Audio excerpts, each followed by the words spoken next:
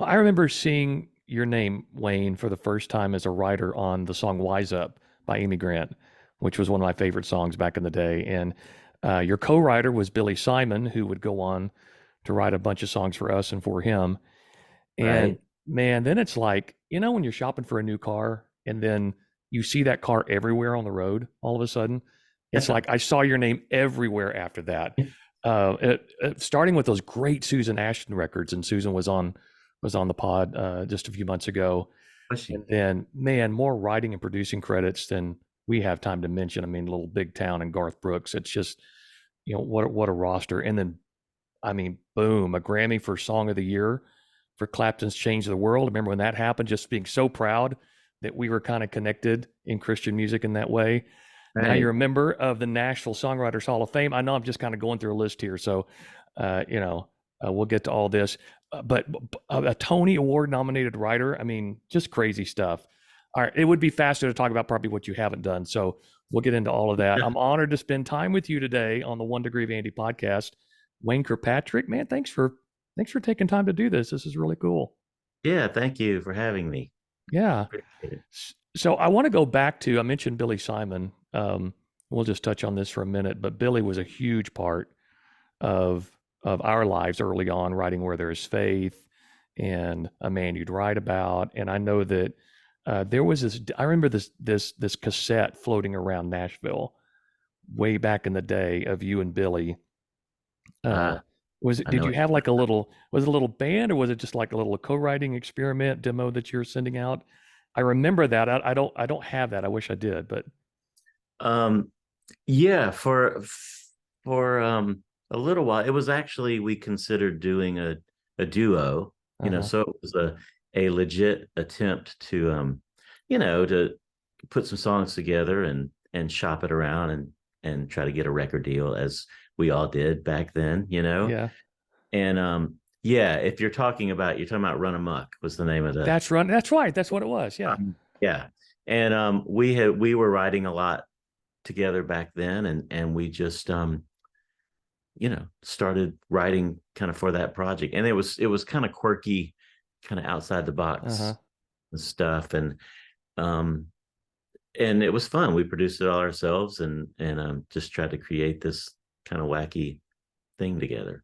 Yeah, it And was. oddly enough, I mean, it never saw the light of day in terms of like any kind of uh, no, commercial enough to get anyone interested to sign it as us as a duo. But it kind of developed this kind of underground Hmm. following a little Yeah, it bit. definitely made the rounds. I remember that. Yeah, and actually, one of the song that I had written that was on that project called Clown in Your Rodeo actually ended up being recorded by Kathy Mattea on one of her records. Oh, wow. She was a big fan of the Run Amok stuff. So it's kind of funny the way things get into the hands of other people. Yeah. Well, I think your style of writing and Billy's too. I know that when Where There's Faith came out, it was so different from anything else on Christian radio. Mm. Just the language and the pattern of the song, and in fact, we didn't even want to record it, like because we were just like, it's just so different. I don't know if we didn't like it. I mean, it's kind of like it was so different than what we were doing in truth before we became For Him, but it was brilliant in the fact that this was where Christian music was going at the time. You were a big part of that. So, how did you get started in in this business? Like, how did you get your foot in the door in Nashville as a songwriter and as an artist? There's kind of two parallel paths to that story, actually. So I came to Nashville in the early '80s and went to Belmont. I had found out about Belmont. It was Belmont College back Yeah. then, and this school that had a recording studio and a music business curriculum. I didn't had no idea anything like that even existed. I grew up in Baton Rouge, Louisiana, so um, yeah, I came up here to Nashville, checked out the school, and just kind of fell in love with Nashville and the environment. And so going to that school, of course, you're surrounded by like-minded, or people that want to be in the music business. Either they're other songwriters, they want to be studio musicians, they want to be, agents and Yeah. manager Yeah. publishers. And so I just I became friends with a couple of guys that were on the publishing path. Uh-huh. And they actually, a guy named Chris Smith and a guy named Mason Cooper. And they actually, Mason Cooper worked for Eddie Rabbitt's uh, Oh, wow. company. Uh-huh. Um, and Chris Smith worked for Dick James Music, and he was a tape copy boy back when you made Yeah. cassette copies Oh of man, that tape. story comes up. There's so many tape copy people that end up on this Yeah. podcast. Yeah. And so they were kind of, as we do college kids, they were kind of forming their own publishing company, and Uh-huh. they kind of quote signed me to their company. And they liked my songs, and I was able to get into those facilities after hours and record, do guitar, vocal demos or whatever, Uh-huh. thanks to these guys, and building up a catalog. And so Chris, when he moved his way up from tape copy boy to a song plugger, he brought me to the attention of the head of the publishing company as one of the writers that he wanted to sign. Yeah. Yeah. And so we went through what were my first experiences as negotiations in the publishing business that did not really pan out well. And through that, Chris ended up leaving that company and going to another company called Merit Music. And he did the same thing. He brought me there to them, and they were interested in signing me. And they basically asked me, they said, "What would it take for you to sign here?"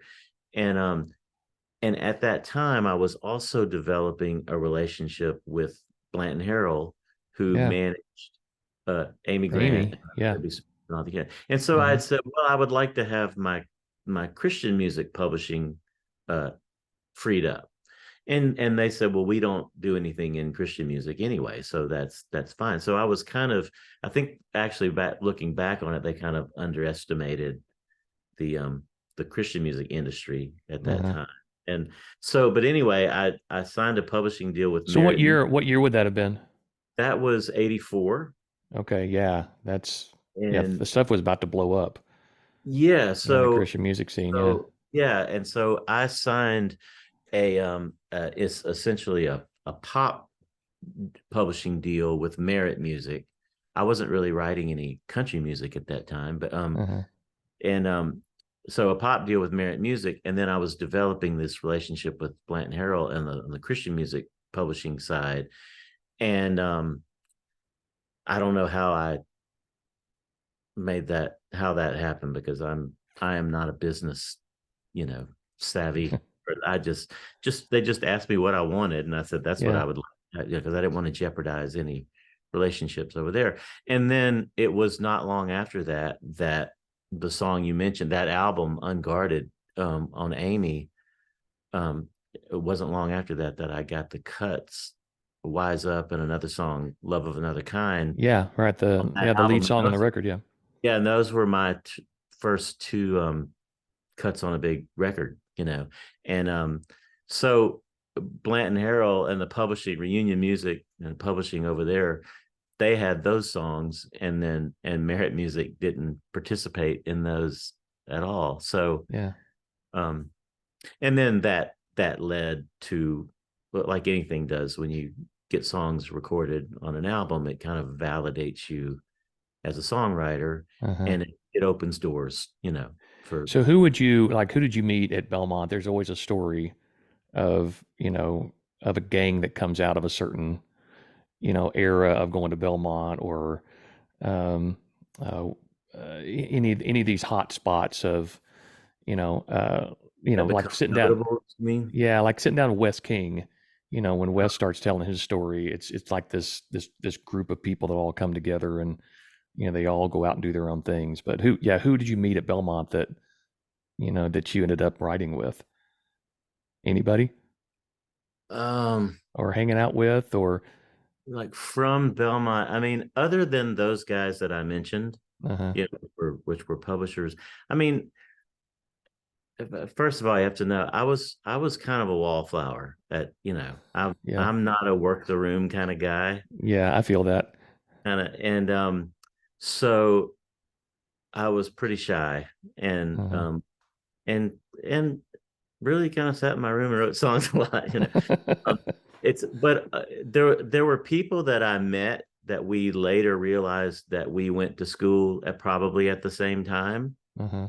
but that I didn't necessarily know at school. Gordon Kennedy, I guess, would be one of them, um, who went to Belmont around the same time that I did. People like I did know Lisa Bevel. Oh yeah. Lisa Bevel sang some demos for me because she went to Belmont at the same time I did. So, and Okay. I had her, and so she sang a couple of my Oh, what a demos. great voice. Yeah, really great voice. And so the Belmont connections I have were kind of after the fact of, Uh-huh. do you know Mark Bright, Yeah. producer Mark Bright? Mm-hmm. I was talking to him one day and he said, I was in a class with you at Belmont. I was like, really? I mean, I was pretty oblivious to the world around me, I think, you know, Yeah. and so, Well, so you talk about, but you said there are parallel stories here. What's the other side of well, that? that just that the Chris Smith Mason Cooper Oh, connection okay. on the publishing side, and then on Yeah. the Clinton Herald side, I mean, actually the more detailed part of that is there was a class that you had to take at Belmont, intro to music business class, and your final exam, I guess, your final end of the semester project was you had to interview someone, a professional in the music business, and it was up to you to find them, and you had to record them, sit down Mm-hmm. with your cassette recorder and Yeah. record them. So I had interviewed Shane Keister, who's a Oh yeah. who was a Uh-huh. big session keyboard player at the time. Yeah. Really nice, really great.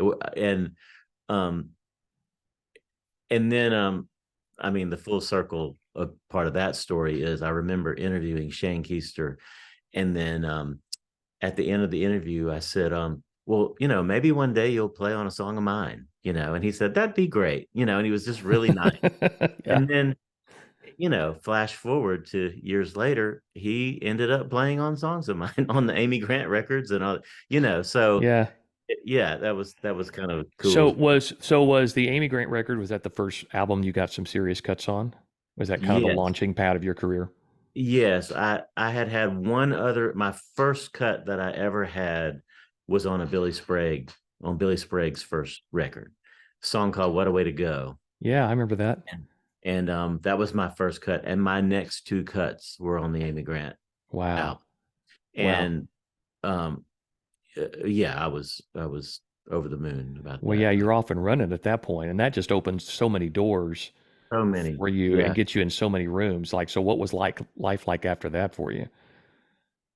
Well, really kind of shortly after that, like what they liked to do at Blanton Harrell at that time was, they kind of bring you into the fold, Uh-huh. and and kind of nurture and develop you, make you part of this family, this group of artists, And so Mike Blanton at one time came to me, and like he was putting together a tour, Michael W. Smith's first tour.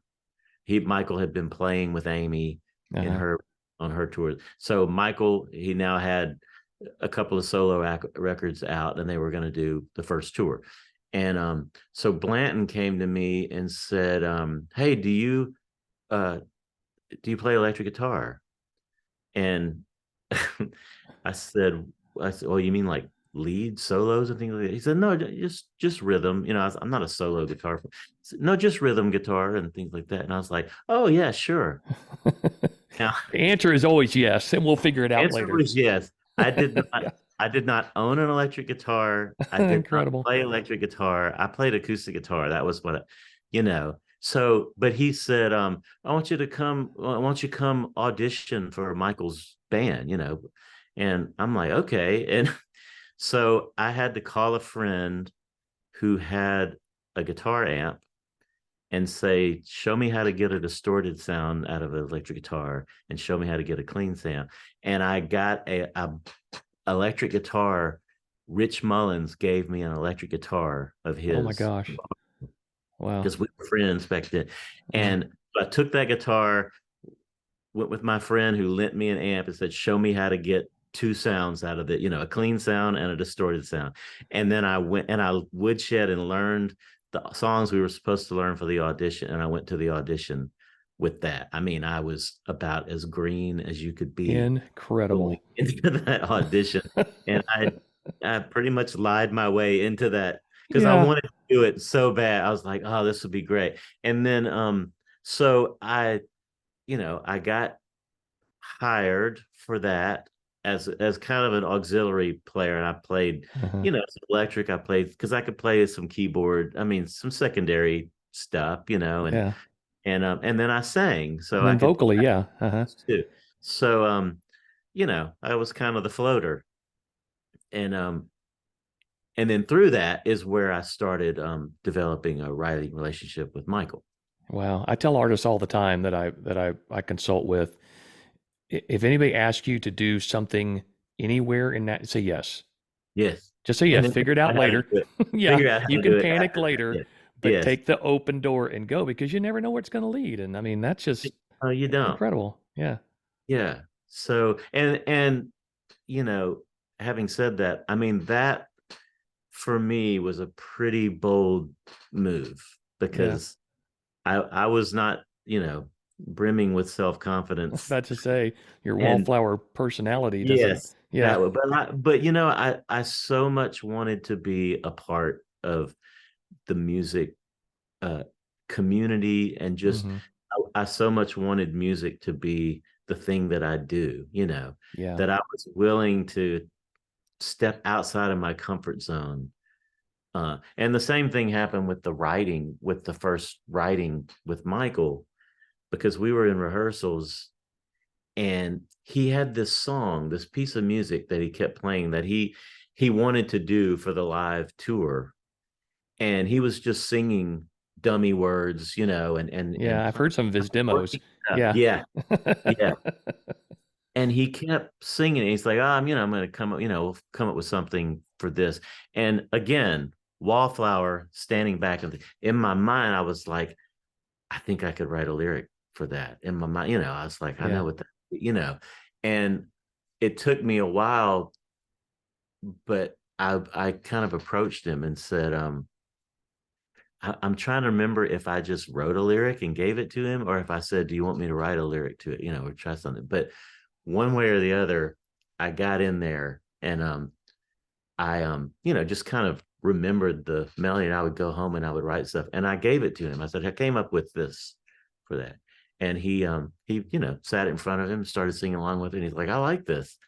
And so that kind of opened the door. Once we got on the road, he started bringing me other song ideas that he had, and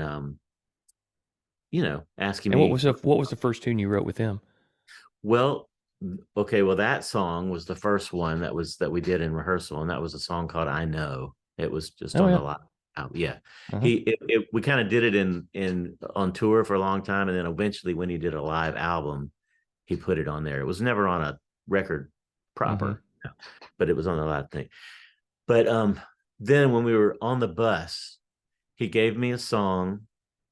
He said, I got this idea. You see what and it didn't have a chorus. It just was like a verse idea. And I think it might have been just a verse idea. And he was singing the word Rocket Town. Oh wow. And I was like, okay, I said, what is Rocket Town? And he said, I don't know. I just kind of think, a place where kids hang out, and just kind of a hangout place for kids. And okay. So that's kind of all I had. And immediately, because I grew up in Louisiana, and the two places I thought of when he said that were Miracle Strip in Panama City Uh-huh. and Bourbon Street, in New Orleans. Wow. And so I don't know. I just kind of was messing around, and I had this little Casio keyboard, little tiny Casio, and I would sit at the front of the bus, and I came up with a chorus, a music chorus for it, and then was writing all these words. And I kind of saw it as a story song, and so I wrote out, the lyrics and the chorus and everything, and played it for him, and then he really liked it. And then he was like, let me give you something else. He started giving me all throughout the tour. He would give me other song ideas that he had. Wow. And it kind of developed into now most of the stuff, that was one of the few times where he didn't have a complete musical idea. So I Hmm. contributed to a lot of the times he had the music, and he didn't really write lyrics. So he might be spitting out something, in his dummy words. It's like, that kind of sounds good. What is that? Or I'd take it and turn it into something, and then sometimes he would just be singing something that would not work as Yeah. a song. So I, Yeah. That's wild. So, when did you know? Like, let's go back just a little bit. As a young man, you know, knowing that you're good at this. At what point did you know as a young man? I think I want to pursue this. And did you have the blessing of your family? I mean, because it's kind of rare that, especially back in our day, that yeah. parents would go, "Oh yeah, run to Nashville and chase your dreams as a songwriter and an artist." Who did you have back in the day that was encouraging you, saying, "I think you might be good at this"? Yeah, well, actually, my parents were very supportive, and they probably believed in my ability more than I did, Uh-huh. honestly. And so I mentioned growing up in Baton Rouge. I went to LSU. I entered into LSU as a freshman, and I was majoring in landscape architecture. That was my Oh, no major. way. Yeah. Do you still have a passion for that? Do you have like a Uh, meticulous lawn? well, not because I do it, but uh, I love design. I've Uh-huh. always and I went to a magnet school, and which was they had a great different programs. It's where I actually you had to have declare a major in high school at this magnet school, and my major was theater. So that's another full circle thing. But I Yeah. also took a course called architectural drawing, so I learned drafting in high school, and and and I really liked design. So, Uh-huh. but when I was looking for a major for college, because I didn't know that you could have a career in music as a songwriter, or I knew I wanted to do that, but I needed Yeah. something to fall back on, was the mindset. Yes. Yes. So I'll major and I didn't want to major in architecture because there was too much math. Yeah. Well, So, yeah. That's um, funny. I was a math major in college where are you? and just kind of did music on the side. And Uh, I obviously I didn't finish my degree. I went on to jump into music full time. But man, my mom passed away about 3.5 years ago, and even up till a year before she died, she's like, "You think you're going to go back and get that math degree? really? That's Because funny. you might need something to fall back on." I'm like, I'm Yeah. pretty much Good. setting my career path here, Yeah. Mom. I don't Right. think that's going to Yeah. happen. Yeah. Yeah, parents are always like, "Gotta have something to fall back on if you chase this Yeah. music thing." Um, I could remember playing albums, in my house, like, we're painting the kitchen or whatever with my mom, and I'm playing an album, and my mom would go, "You're just as good as he is." And I Wow. was like, "Oh, no, I'm not. I'm not." "Yes, you are." So Yeah. a lot of encouragement from my parents. Who were you Uh, listening to back then? Who were your influences? oh, I was listening to singer songwriter stuff. James Taylor, Uh-huh. Fogelberg, the Eagles, Jackson Brown, Wow. Yeah. Linda Ronstadt, all that kind of California country kind of movement Mhm. stuff. That was Mhm. I can hear kind of that. what I was cutting. Yeah. Yeah, that's kind of my wheelhouse, where I cut my teeth. But I went into landscape architecture, partly because there wasn't as much math, and secondly because I Yeah. really liked the free form design, outside design, and things like that. Uh-huh. So, but there was a class I had to take called it was a communications class, and um, there was an assignment in that class that was that you had to do something on camera, and it could be whatever you wanted it to be. You just had to present on camera. And because it was a kind of attached to the landscape architecture curriculum, or it was like a prerequisite or something, there were other landscape architect majors in Uh-huh. there. And so a lot of those people, what they chose to do was they would show, instructional video on how to pot a plant, or Yeah. how to seed or something, whatever. Mm-hmm. And so and so what I did for my presentation, I sat on a stool, pulled out my guitar, and played a song I wrote. Oh, wow. And and when I was done, the first thing that the professor said, he said, "What are you doing in landscape architecture?" Yeah. Yeah. And I said, "I don't know," you know. And so that was kind of a little indication of, Uh-huh. kind of a kick in the pants of what. And I was trying to figure out what I wanted to do, and I went to my guidance counselor, and he said, "I'll give you the advice." He said something that I did myself. He said, when I was trying to figure out what I wanted to do, I sat out a semester. Hmm. And he said, maybe you should do that. He said, we'd hate to lose you in the landscape department, blah, blah, blah. Yeah. He said, maybe sit out a semester and figure out what you want to do. And that's what I did. It was really good advice. And I went and looked at the music department at LSU, Uh-huh. which was not my vibe at Yeah. all.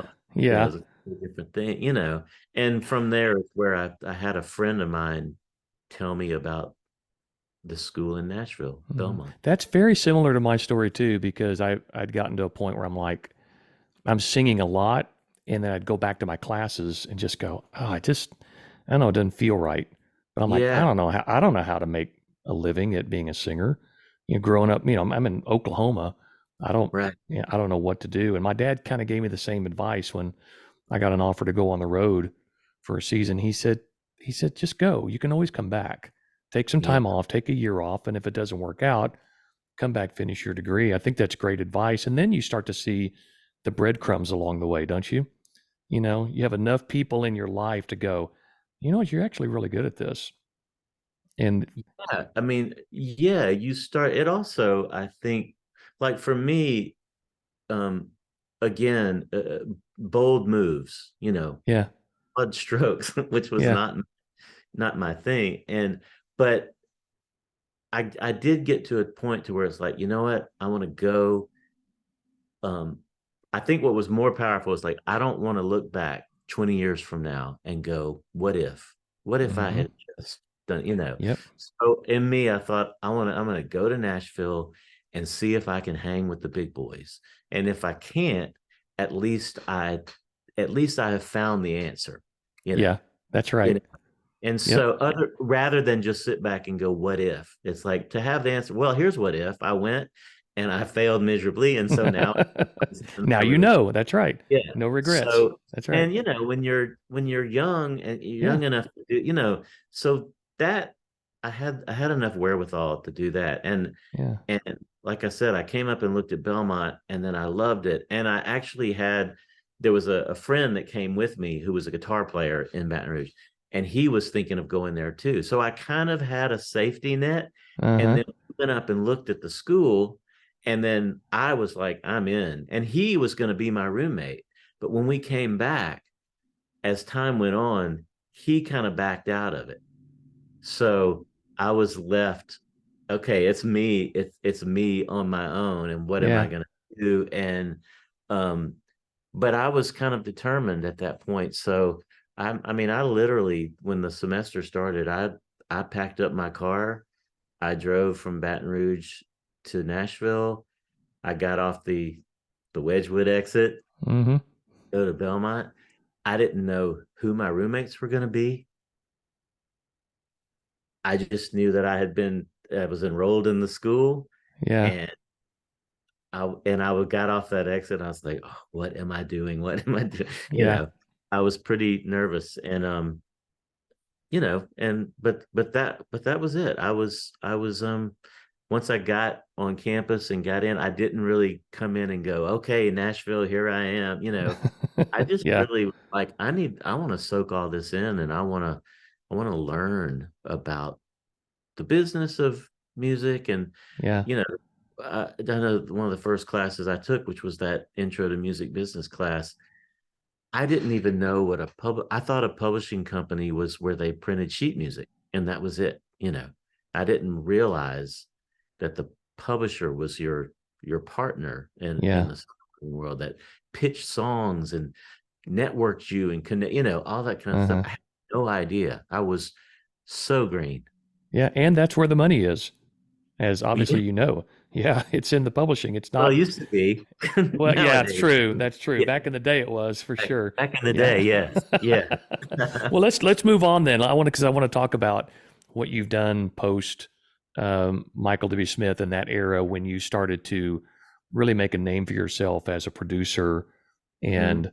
and and moving on. And I mentioned in the intro those Susan Ashton records, which are Yeah. just so special to me. I those stand up. I mean, Oh, even today, go back and listen to them, and they all just sound so good. And I just remember thinking, man, I would love to work with Wayne Kirkpatrick someday and get that. We oh, never had the chance to, yeah. but I just always enjoyed just your approach to how you made music and where you took it. So, how did you get the Susan Ashton gig? Like, where did was she the first artist you produced? Uh, she was that was the first album that I did. I had done, I believe I'd done one song for Billy Sprague on Right. something. Um, and but I was working a lot with Brown Bannister, Hmm. and we had done, I believe at that point, we had maybe done some Kim Hill records together. And but so Brown was talking with Peter York at Sparrow Records about this new artist, Susan Ashton. Actually, no, I take that back. I think initially Susan Ashton was going to be produced by maybe Greg Nelson, who had Oh done the yeah. Sandy Uh-huh. Patty stuff. All the And I Sandy Patty think stuff. Yeah. maybe they had even seen Susan as a Sandy Patty type artist. And I think Wow, that's why. that's wild. Yeah. And Interesting. then somewhere along the way, that that changed. And so they were talking with Brown, and who was extremely busy. And I I think it was Brown who suggested that I produce the record. And I was not a tried and true producer at that point. So what Peter York had said is Peter was open to that idea as long as Brown was the executive producer and the Uh-huh. safety. If something goes Yeah. wrong, it's on you, and you've got to, rescue it. Yeah. And give you a So great I think, engineer, I'm sure too. yes, and so that's the kind of the way we entered into it. And then Brown was part of the started playing songs for Brown and for Peter, and a few songs that I had started writing. And it just kind of all kind of fell into place, Hmm. as we started kind of going down the road and finding material. And uh and then just they kind of let me do my thing, which was, I think back on that now, I don't know how, except maybe Brown was calming them. That's like, he's doing fine or Yeah. whatever. So and then we just started developing kind of the sound kind of started emerging from it, just from the people that I was bringing into play and a lot of times at the suggestion of Brown, because he had Hmm. worked with a lot of people. And I was like, I need a guitar player that can kind of do this thing that's electric guitar, that's kind of a little more artistic or something like that. And it was Brown who said, you should use Gordon Kennedy, because Brown had done, I think at that point he had worked with Chris McHugh and Gordon Kennedy and Tommy Sims on a Yeah, Whiteheart. on Whiteheart, right? Done. Hmm. And he said those guys are really good session players. It's like, okay. And so I brought Gordon in to do a song, and we hit it off so well, and we're just kind of on the same wavelength, and that I just kept bringing him back to do other stuff, and he ended up playing on everything, Yeah. and then we play stuff together, and um and it also, from there, we developed a writing relationship, Well, through I the would say, yeah, very, very successful. So let's go to Change the World. I mean, yeah, writing that with Gordon and Tommy, and I mean, I know that's not that would obviously it's something that just didn't happen overnight. There was, right. a series of songs and albums that you worked on together. But Mhm. let's go to that because that was, man, for me as a Christian music artist to be able to see you guys stand on stage at the Grammys, or Yeah, the first time I heard that song on the radio and then saw the credits, like, whoa, no way. I mean, those are it's guys from our world that yeah, you know, are working with Eric Clapton, and there's a soundtrack. It's a soundtrack tune. And was it from Phenomenon? Was that right? yeah, Yeah. yeah. Um, and then to see you guys standing on stage at the Grammys, just cleaning up, I mean, that was such a wild moment for somebody like me, just going, these worlds coming together. And I think that's really cool. Like I felt like I had a tiny, tiny part of that, you Hmm. know, that's part of my family up there Yeah, that's doing so well. So can we just talk about that song? Tell me about where it came sure. from and how it got pitched and how it got into the right hands. Yeah, well, it kind of had a long gestation period, but uh as you said, like me and Gordon and Tommy, we were in the studio a lot at different projects, and those guys would come in and play on stuff that I was producing, and so there was this song idea that Tommy had, and it kind of floated around for a while, so you're in the studio and there's downtime, you're sitting around and it's like you're sharing songs with each other. Play that song idea you had, Yeah. and so Tommy had that song idea, and he was actually singing Change the World, that title. And so nothing was really being done with it. And at one point, there was a time where me and Gordon, and a little bit Tommy, but mainly me and Gordon, were putting together again, kind of like the Run 'Em Up thing, putting a band together and going to shop around, Uh-huh. get a record deal, that kind of thing. So we had done a batch of demos, for that kind of thing. Well, somewhere in there, in one of those studio moments, that on whatever, a Kim Hill record or something, whatever session we were doing, we were sitting around and said, "Hey, what's going on with that song, Tom?" And he said, no. He said, "Play that." I said, "Hey, play that song. I'm gonna put it on a cassette." I just ran my cassette player Yeah. and put it down. It's like, I'll go work on it. So I took it and would just drive around my car, and um and if do you know Tommy? Have you ever, I do. Yeah. A little bit. Yeah. Tommy's kind of like this really chill kind of peace and love kind of vibe, so the vibe coming off of the when he was singing to Change the World is like he's probably thinking, hey, if I can change the world, there'll be peace and harmony and all this kind of Yeah. whatever. But when I was driving around listening to the song, I was like, I don't think that's what it is. To me, this song is a love song, you know. And so to me, the idea was, if I could change the world, you would be in love with me, Huh. That was kind of the and I kind of harkened back to when for me personally, when I had a girlfriend that I had that had broken up with me, and going through that kind of grieving period of that, kind of, Yeah. you recall things from your past. So Yeah. it kind of started writing this idea based on the if I could change the world, you would be in love with me. I would be the sunlight in your universe. Wow, that's a great And line. and you would think my love was something good if I could change the world. So there was that kind of Yeah. thing. So it kind of and I had written a second verse, what I felt like was a second verse, Uh-huh. if I could be king, that kind of stuff. And then there was nothing that we were writing this for. So I, just kind of sat it aside. Well, when me and Gordon were doing this band project and with somewhat sort of with Tommy, um, Gordon said, "Hey," Tommy lived in Indiana at the time. He's like, "I'm going up to Indiana. I'm going to do a demo, some more demos for this band thing. I want to do Change the World." And I was like, "Well, it's not finished." And he said, "Well, give me what you've got and I'll finish it on the way up to Indiana."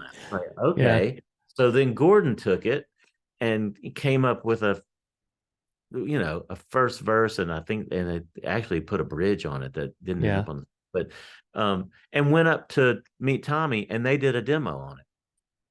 And then that's kind of, it And kind you're of like, there it sat, is. Yeah. there it is. Yeah. And then it just kind of knocked around town for a while. And at one point, Tony Brown, who was producing Winona. Well, hang on a second. I want to back up just a second for people who don't Okay. understand about a song knocking around town. Yeah.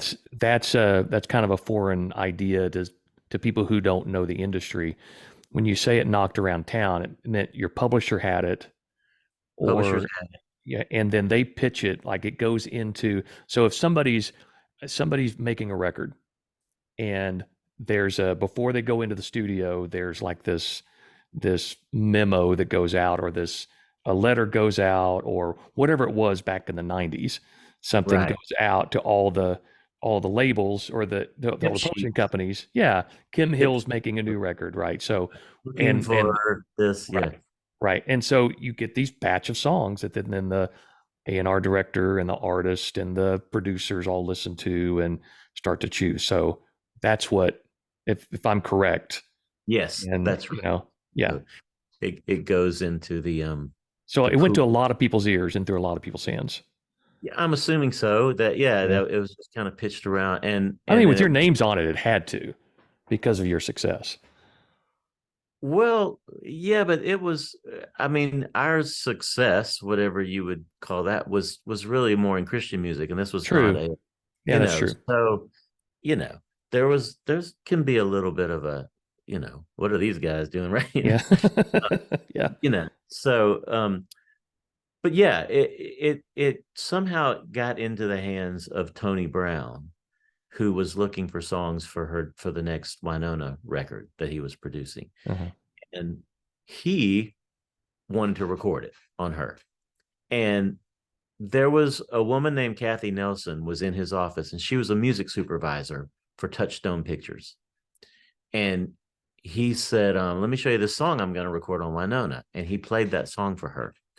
And so then flash forward to, I don't know how much longer. It took a while for Tony Brown to record that song because Winona, she got pregnant, so she was having a baby, so it was a long Uh-huh. time to get the record done.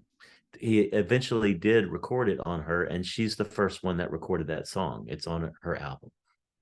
Oh, wow. I think I did Yeah, know that. Yeah. yeah. But Kathy Nelson remembered that song and that demo when she was looking for a song, a vehicle for Eric Clapton and Babyface to do together. Wow. Babyface producing, and so that is kind of how it got into that world. Thanks to Tony Brown playing Yeah. that for, and then and of course, so for us, me and Gordon and Tommy, we didn't really have anything to do with all of that. That was just kind of happening. Gordon would call me every once in a while and go, "Hey, I think somebody's going to record that song. I think I've heard that it's going to be in a Tom Hanks movie, or Paul McCartney's going to record it." I was like, "Yeah, right." Wow. And then he'd call back and said, "Okay, I heard something different." He said, Eric Clapton's going to record it and Babyface is going to produce it. And I'm like, yeah, right. Yeah. I'll believe that when I see it, and it Yeah. was so, and then next thing I know, that had happened. And we had a copy of it. Gordon came to my house. My studio was in my house at the time. And he said, I've got a copy of it that we can listen to. And so we played it and I listened to it. And I thought, my first thought was, that sounds really great. I can't imagine that would work on the radio. That's what I Wow. thought. And Wow. just, because at the time I don't know that there was anything else kind of like that going on. It Uh-huh. was kind of acoustic driven and not, Yeah. and I was like, I'm not gonna play that on the radio. So, and then, boy, was I wrong, and glad I was not running a radio station. Yeah. So yeah, it just kind of took on a life of its own. And we were really just spectators in all of that at that Mm. point after having written it. Yeah. Well, then So I'm sure the notoriety and the offers after that it was a different world, correct? yeah, I mean, actually, I know for me personally, I was in negotiations with with Warner Chappell, LA, publishing company. I had been talking. Might have even been before or around that time, or even before. I had been in negotiations with them, and I actually remember signing my contract with them. I hope I'm remembering this right. Yeah. Uh, Signing out in LA and signing my contract with them the day that the Grammy nominations came out. And you're like so glad I didn't sign that deal before the Yeah, nominations came yeah, out. yeah. But what was interesting is they did not own that song, because Oh.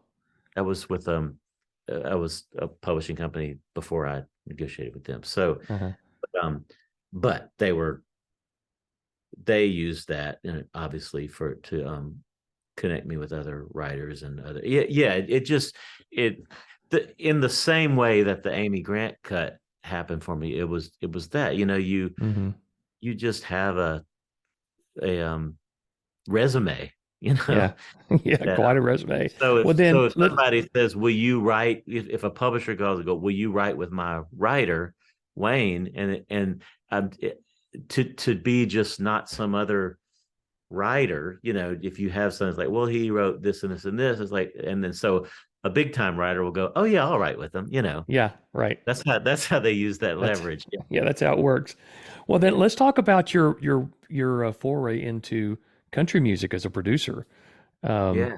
I mean, we got to talk about a little big town just for a minute, and then what you're able to do with Garth, and there was definitely a shift into that era. So was that after Change the World? Was that after kind of all that? Was it kind of around the same time? Yeah, it was after that. And I had not really, for being in Nashville as long as I was, I had not really tried to do much in country music. I was writing pop kind of stuff and country Hmm. music wherever, especially when I first came here in the 80s. It was it was just not the kind of stuff I was doing. So I Well, I'd didn't. also heard through I'd heard through the people that I was around that the country music writing circle was kind of a closed loop. Was that kind of what it was? Like it was kind of hard to get in to those circles? Probably so. I think every circle was kind of closed in. I can remember going out to LA in those in the early 90s, or and there was a little bit of a prejudice from people out in LA, like, oh, those are Nashville, those are Yeah. country or whatever, Hmm. like, Hmm. and it's completely different now. But back then, it's almost like you weren't. You could feel a sense of like, oh, they're surprised if something came out of Nashville that was something other than a country song. Yeah. Yeah. which is kind of weird because I mean, really, some of the best writers in the world live in Nashville, and I mean, Hmm. country writing is not as easy as it looks. Right. To write a Right. good country song, it's not. It's deceptively simple. Uh-huh. But Yeah, I so agree. yeah. So but anyway, but in Nashville, I'm sure there I'm sure there were a lot. There was, if there's any kind of circles, I would say it was more like old guard, new guard kind Hmm. of circles, like Yeah. people coming in with these kind of progressive music idea. Hmm. That's not country kind of. Yeah. You know, Well, more so. yeah, I remember playing golf with Jay DeMarcus when he was still with East to West, and he was out on tour with us, and he had told me that East to West was going to break up, and he was going to go write some country songs with his cousin and try to make it as a country artist. I remember thinking back, nobody does that. Nobody Right, goes from Christian music into the country world successfully.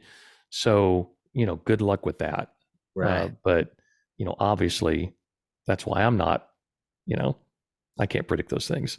Uh, Yeah. but Well, I did a country record on Kim Hill,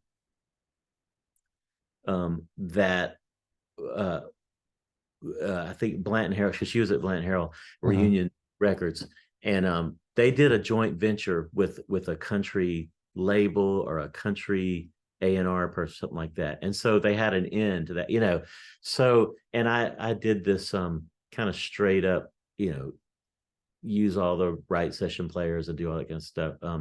And was writing for it, and it was, it was okay. I mean, it didn't make any kind of splash in country music, and some of it is, I think, is some of that. Oh, here's somebody coming from the Christian music world, and now they're going to do this country music, and it takes a little while for people to get used to that, and it usually takes something like some sort of breakthrough uh song that makes people sit up. And right, if she had a hit song on country radio, then you can kind of move out of that preconceived idea of what someone is, but even when I started working with Little Big Town, because I started off with them, we were just writing to get, they were doing an album, their first album, and they were writing with people, and I got called to write with them. And part of that is because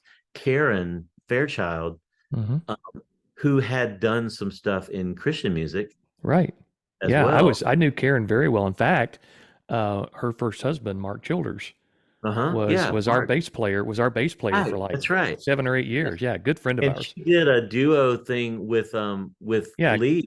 Lee Capolino. Yeah, Yeah, for who went on to be in Point of Grace. But so uh-huh. so Karen had a foot in the Christian music world, and I think Karen was actually in was she in Truth Yeah, at she was one? in Truth. That's where she got her Yeah. start. Yeah, So and Kimberly might have been too. I can't remember, but I know Karen was. yeah. Um and so anyway, Karen is the one that got, I think, I was writing for Warner Chappell, who requested us write together. So that's how we kind of got connected. And so I wrote with all four of them together, and we just hit it off. We liked all the same kind of music, and um so we had written, and one song that we wrote together was on their first record when they were on Sony, and they were kind of poised to be the next big thing, Hmm. and that record just didn't do what they thought it was going to do, and it was a good record, um, but they just, the single didn't connect, and whatever the song was, and so yeah, they were kind of like back to the drawing board, and Yeah. I continued to write with them. And did they want you to produce the next record? Well, yeah, when we got to the next record, they had gone in, they were looking for songs for their next Hmm. record. They and Karen had called me and asked for song. I gave her a couple of songs, and they went in and recorded them. And uh they did like 4 songs, that was, the record label was not liking it. Mm-hmm. And so um Karen, when we were writing, they were like, would you be interested in maybe coming in and producing our vocals? And I said, yeah, I would love to, but their producer's not going to step Yeah. aside. Yeah. Yeah, it But might be awkward. yeah. And so, but when they got to the point to where they had done the 4 songs that, and they weren't connecting with the label, it then kind of became, if they said, if we can find the right song, it's kind of anybody's game. Like a producer comes with the right song, and you do, Yeah. And so, and I remember them saying that they presented the notion of me producing them, and the Mm-hmm. reaction was, well, isn't he a pop guy or Christian music or pop, Yeah. And so, you know, I said, they're not going, the record label is not going to say, hey, here's some money, you kids go have fun, make a record, So we're going to have to show them what we would do, And so that's where we kind of started. It's like I had a song. We would look through songs of mine. I thought if we found Mm-hmm. a song that they liked, I went in. I got my friends in that were just happened to be A-list session players, to come in and play a track, help me record a track, and and we recorded that song. They took it to the label, and the label said, "Okay, I don't think this is a first single, but I get what you're trying to do production wise." So that was the first step. It's like, Yeah. okay, and it was very organic and swampy and all this kind of stuff, and so it's like we got to find a song that we could lead off as a first single, and Kimberly said, when we were in a writing session, she said, I like that song, that guitar thing that you were playing the other day that you showed us. And which I had shown them this guitar riff that I had for sitting around for probably 10 years or something, Oh my gosh. And Yeah. she said, I like that. I said, oh, yeah, okay, yeah, that could be something. So we started exploring that, and that uh the short story is that was Boondocks. Boondocks. About Yeah, I knew you were going there. Yeah. yeah. And so we wrote that song, and again, I brought in guys. We just cut a track on our own, and brought it into the label. And the label, they said, this is it, this is the first single, and we're going to release it. And they set a date, 3 months out, because you got to have time to work the release of a single. They had a date set, and then in the middle of that, kind of waiting for that to happen, there was a regime change with the label, and all those people got fired. Oh, And the been through that new several regime, times. Yeah. yeah, the new regime came in. They Mm-hmm. opened the books.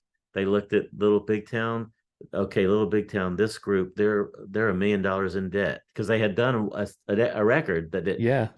so we need to let them go. Wow. So they came out here one day, and it's like the label had dropped us. And he said, so what do you want to do? And I said, let's just keep going. You know, I I think we're on to Yeah. something. We Yeah. like, You so knew. let's just keep going. So that's what we did. And we did that for the next 2.5 years. Wow. Before that, it was 2.5 years from then to the time that Boondocks actually came out. When Wow. they, yeah, Wow. And then they were everywhere. I mean, you couldn't go anywhere without yeah, seeing it's still, I mean, still, yeah, Little Big Town is literally everywhere. I just laugh yeah. every time I see him pop up somewhere and kind of knowing some of those stories. Yeah. And they deserve it. I mean, they are hard workers, and I mean, when I started working with them, they had already been together, I want to say 7 years, Mm. you know, and I mean, they were flat broke, and they would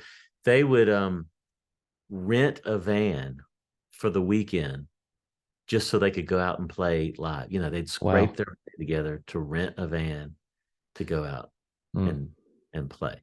it's And incredible. They'd make yeah. a great documentary at some point. Oh yeah, yeah. But they were persistent, and that was a time where uh, all of us, like me and them collectively, we all kind of each had something to prove.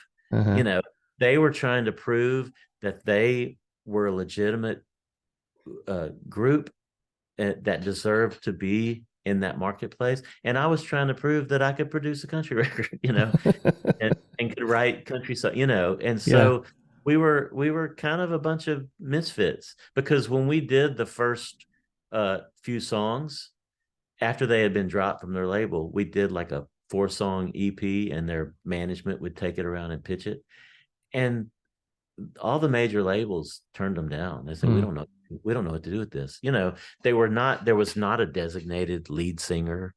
Um, and it was not kind of straight down the pike of hmm what country music that was happening at the time. So um, nobody really knew. It didn't really fit a mold Yeah. at the time. So Wow. Well, I've kept you over an hour so far, and we still haven't gotten to the last thing I want to talk about. We haven't even gotten to Garth and, yeah, just so much of the stuff you've been a part of in country music. But we have to talk about where you are now. We got to talk about, so all through this time, all through your story, you've got a brother that is have his own career, very successful career in movies.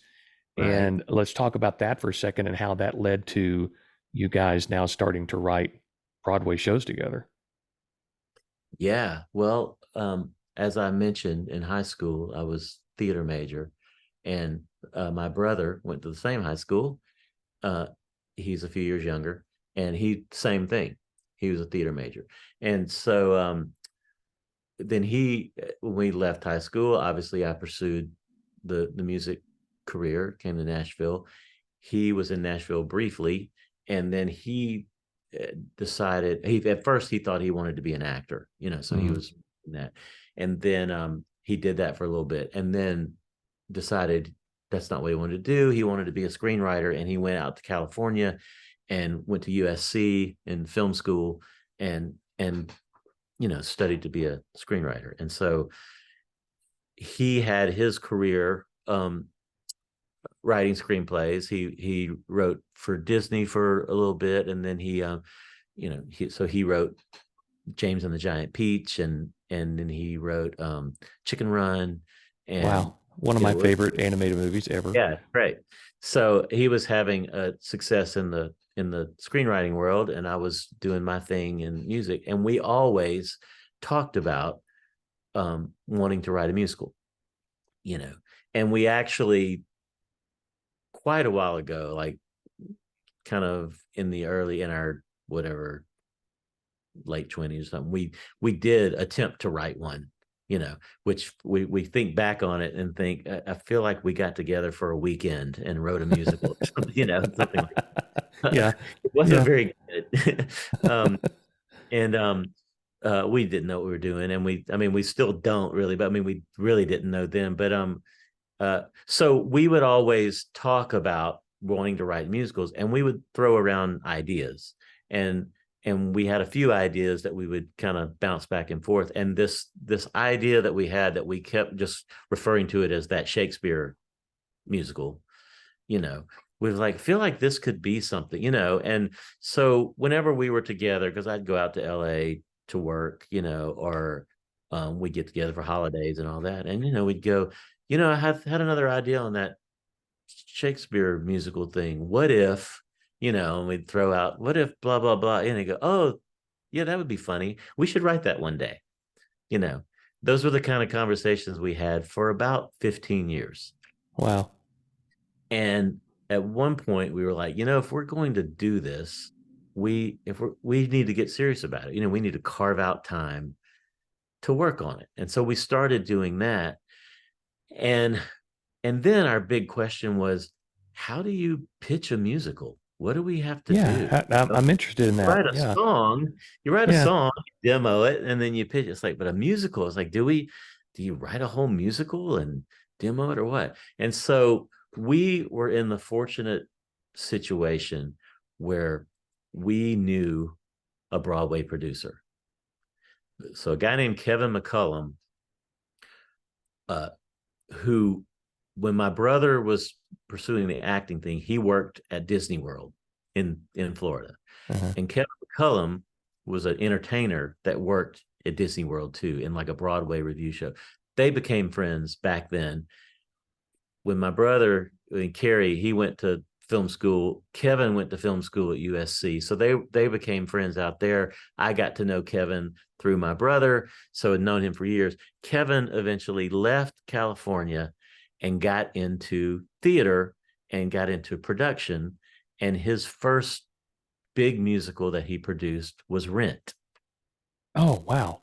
Yeah, which me and my Wow. brother, me and my Made a, brother went to a tech rehearsal of Rent back in wow. '96 when it, and so we were in a car with Kevin after seeing the show, and my brother goes, me and Wayne are talking about writing a musical. And so this was '96. James and the Giant Peach was out, Yeah. and Change the World was out. And Kevin said, well, I'd love to see what you guys come up with. So we had this open door. And like I said, that was '96. Yeah. 15 years later, in 2010, because we were like, what do you have to do to pitch a musical? And Carrie goes, let's call Kevin and ask him. Yeah. So like, what do you need? And and Uh-huh. that's where Kevin said, because Kevin by this point now had produced Avenue Q Wow. and Drowsy Chaperone and In the Heights and all of these. I mean, he was a Wow. Broadway producer. Yeah. Yeah. He said, well, Avenue Q was 3 songs and an idea. And In the Heights was a concept, and we were like, okay, well, we've got that. Can we get together and pitch you what we have? And so that's kind of what we did. And we all met in LA, went out to dinner. We told Kevin our idea, and then went back to my brother's place. I sat down at the piano. He said, here's some songs. We just had snippets of ideas, Uh-huh. not fleshed out, but we had about 5 song ideas, enough to show that here's what the music tone would be, here's what Hmm. the style would be, and and then a couple of weeks later, Kevin kind of called and said, I think you have something, we should talk about moving forward. Wow. And then Yeah. is that pressure? Do you feel the pressure then, or is it more Made excitement of like, yeah, No, my because he had called Carrie and told him that, and Carrie called me and said, "Yeah, Kevin thinks we have something and wants to talk about moving forward." And I was like, "Oh no, now we have to write this." It's all yeah, fine and dandy when you just talk about one day you're going to write a musical. Now yeah, they exactly. actually do it. Now this is my life. Yeah, Yeah. So and we're talking about Something Rotten, yeah, something which wrong. when did that debut on Broadway? 2015. And then how long was its run? It Is it still ran. running? No, well, it's not on Broadway. It ran on Broadway for just under 2 years. Uh-huh. And then we did a national tour, which was about a year and a half, and then did a second tour that was about a year and a half. And then they released the licensing. This is kind of the way the process works. Right. Right. So now it is performed around the world and Wow. around the country, high schools. I've seen several productions of it here in Nashville. That's gotta be mind blowing. It is mind blowing. Yeah. It's pretty sometimes I still can't believe that we did that. It's like, how Yeah. did this happen? It's like that. It's like in that thing you do when Yeah. the guys are standing on stage and I turns can't. around, how did we get How here? did we get here? I led you here, Yeah, sir. yeah, I can't tell you how many times that movie comes up in these interviews as well. Either yeah, that scene or them running down the street, hearing their song on the radio, yeah, and it's kind of like yeah, every artist's first reaction to hearing themselves. So now with Mrs. Doubtfire, the musical, yeah. that's out, and tell me where that is right now. It is currently in London, playing on the West End in London. We opened that in May. I mean, we opened it in New York in it, let's see, it opened in March 2020. Oh, ouch. We did 3 shows, Oh my and gosh. COVID shut down the entire Broadway Yep. world. Wow. So we went through that, stopped and started 3 times on Broadway. Wow. I just to interject here, but my wife and I, our 30th anniversary was March of 2020, Oh and wow. we had a trip booked to New York City. We were going to see Moulin Rouge. We were going to Uh-huh. see Sing Street was in Oh yeah. its it was in its preview stage, and Right. we were going to get tickets to the final preview, which is one of my favorite movies of all time. Yeah. Great movie. And then we were going to go see one of the plays. I can't remember which one it was, but To Kill a Mockingbird. I mean, Oh yeah. we had a really great lineup, Hmm. that was set for March, the last week of March in 2020, and I just felt for people in your position, just going, especially shows that are opening, and Yeah. you've been working and pouring all this money and effort into it, and then it not only is it shut down, you don't know when it's going to open up again. Oh, it was. Like we're in an undiscovered country here of like we don't know what's going to happen next. Yeah. And we were actually that night, we were supposed to go to the premiere of Six, the musical Six, Oh which yeah. was a production that Kevin was involved, because Kevin's the producer on Doubtfire as well. Uh, So we were set to go to the opening night of Six. So for them, they were getting ready to, they'd been in previews for several weeks. Now it was their opening night, and got yanked out from under them. We felt so. I mean, we got yanked out from under us too, yeah. but they were like right up at the, you know, at the finish line there, for Mm, opening. And now, fortunately, some shows got to come back. Six came back and is doing great. So they, um, Sing Street did not come back. I mean, and maybe it will eventually, but mhm. shows that just had smaller budgets like that just could not sustain. Yeah. I know a lot Um, of people just got crushed. Yeah. yeah, and so we feel fortunate that the hits that Doubtfire took through all of that, because once we did finally get to open, and once we finally opened, then the Omicron virus came in Yeah. and shut us down again. Just Yeah. because we had, I think at one time we had 22 cast members out, casting crew out with Wow. COVID. And just couldn't, Wow. just had to shut down. So Yeah. it was rough. So the fact that we got a second chance to take it to England, and we opened it in out of town in Manchester, England, and it ran and did really well there, and then moved into the West End, and it's it's doing really well over there. And then we've got a US tour going on right now. It was just in Nashville a couple of weeks ago, actually. Oh, nice. So a US tour that's going in through till December of next year. So it became the little show that could, So we're just grateful that it found its legs, Yeah. and it's going. Yeah. That's awesome. And so what's next? Like, are you going to, is this a vehicle that you want to continue to work through? Do you feel like this is the next phase of your career? That It this is is. where you'll be for Yeah. a while? For as long as they'll have me. Yeah, I think so. I I do really love it, and it is a bit of a full circle. As I said, I kind of my high school days of Yeah. being in theater, and when I started doing it again, it's like I know these people, my Yeah. friend. Yeah. And I really it sounds cliche, but theater really is magical, Hmm. you know, and I love the storytelling of it, the show. So I am currently, me and my brother are getting into developing another one. We're on the front of it, and I'm also working on one uh independently, centered around the Bluebird Cafe, Oh, wow. That's awesome. that I'm developing with a producer who approached me about doing something with that. So I'm Wow. doing What, that. there's a lot of history there, huh? Wow. Yeah.